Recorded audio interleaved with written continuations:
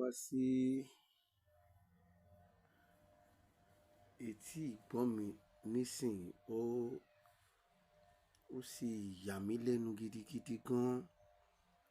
Irú nǹkan báyìí ó lè ṣẹlẹ̀ láti ọwọ́ ọkùnrin.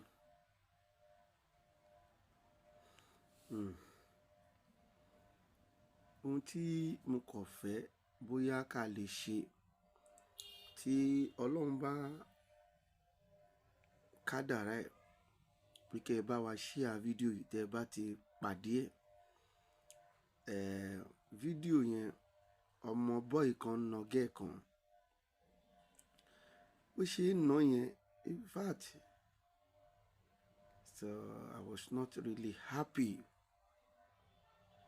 Mo pàdé fídíò yìí ni o, ṣùgbọ́n bí mo ṣe tí ó ń nà gẹ́ẹ̀ yẹn, bó bá tiẹ̀ jẹ́ wípé bóyá girlfriend ẹ̀ ni ó ti náwó fún un, ó wá bá pàdé níbi tó jókòó sí.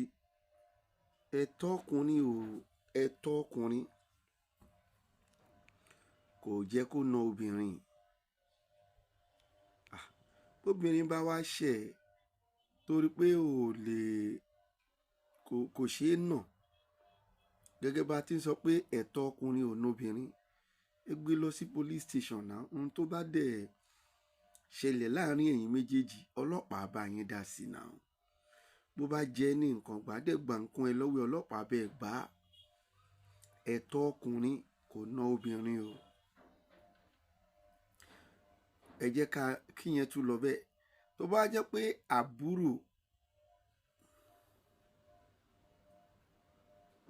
tó bá wá jẹ́ wípé àbúrò ẹ̀ náà ni ó wá bá níbi tó jókòó sí yẹn ló nà, àlẹ́tọ́ ẹ̀ kò ná àbúrò ẹ̀.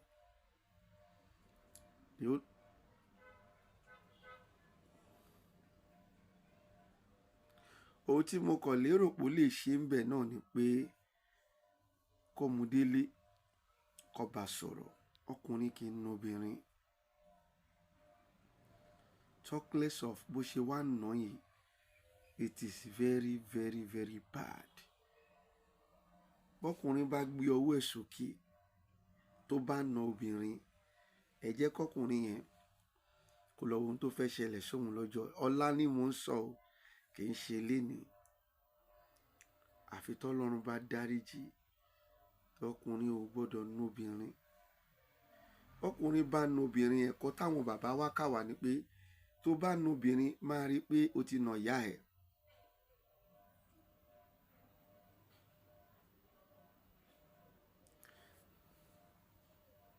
Gbogbo àwọn ọmọ òun ni a máa ń báwí o. A tiẹ̀ lè na ọmọ ọkùnrin gan tó pàfẹ́ báwí. Ṣọ tó bá yẹ ti obìnrin, a ní sùúrù, a máa bá sọ̀rọ̀, wà á máa bá sọ̀rọ̀ ìṣítí. Ọ̀rọ̀ ìṣítí tóbìnrin máa ń pọ̀ ju tọkùnrin lọ nígbà míì. Nígbà tó bá rí pé ọ̀rọ̀ ẹ̀ ó jẹ́ kó nà, ṣùgbọ́n ó lè nà nítorí pé ó jóbìnrin, ọ̀rọ̀ ìṣítí tó lágbára òun la máa bá wọn sọ. Ẹ̀yin náà ẹ wo fídíò yìí. Tó bá pé ń tòótọ́ ohun tó dá ni. Tó ò bá wá da ẹ share ẹ̀, ẹjọ́ dé àwọn authority tó jẹ́ kó tẹ̀ lọ́wọ́ tó lè ṣiṣẹ́ sí láti kọ́ irú ọkùnrin yìí lọ́gbọ́n. Tó pé kó máa gbá obìnrin létí bẹ́ẹ̀ yẹn, it is uncalled for. It is not good. Obìnrin, Ọlọ́run má jẹ́ káyé sàsíwá o, ká wá máa ná obìnrin. Ṣé obìnrin wá jẹun tó jẹ́ ká nà ohun ẹlẹgẹ́? Irú ọkùnrin tó ná obìnrin yìí no matter bóyá girlfriend ẹ̀ ni o, àbábúrú ẹ̀ ni o, àbí kinní kan ni o, tó ná obìnrin yìí, ó jẹ́ kọ́ ọlọ́pàá kọ́ lọ́gbọ́n. Ẹ bá wa share fídíò yìí níbi tó jẹ́ kó dé.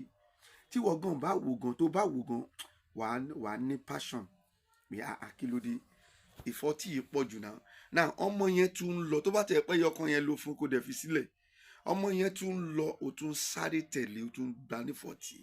Ṣó jẹ́ orí bẹ́ẹ̀? Àwọn ohun tí Ọlọ́run pè mí fún nìyẹn. Ó lójú ibi tí mo máa ń dá sí. Ó níbi tí mo máa ń sọ̀rọ̀ tèmi dé. Gbogbo tó bá ṣàti jẹ́ wípé kò dá, kìdẹ̀ ń ṣètò tí mo mọ̀ pé kò dáa òun lèmi máa ń dá sí pé kíní yìí ò dáa. Ok, ìwọ náà wò in the comment section ṣé ó dáa, jẹ́ ká mọ̀ ń bẹ̀ ṣé ó dáa bí ó dáa.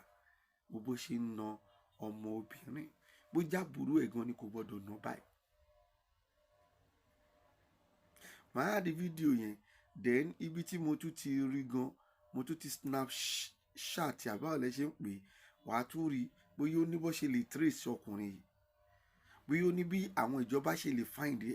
Ẹranko ni ọkùnrin tó na obìnrin yìí, wọ́n dẹ̀ ní láti treat brain ẹ̀ kì í ṣe nítorí òní sọ́ọ̀rì nítorí ọ̀la ni o, kó má lọ nu ẹlòmíì tó máa dẹ̀ kú mọ́ lọ́wọ́. Ó gbọ́dọ̀ tètè treat brain irú ọkùnrin tó na obìnrin yìí.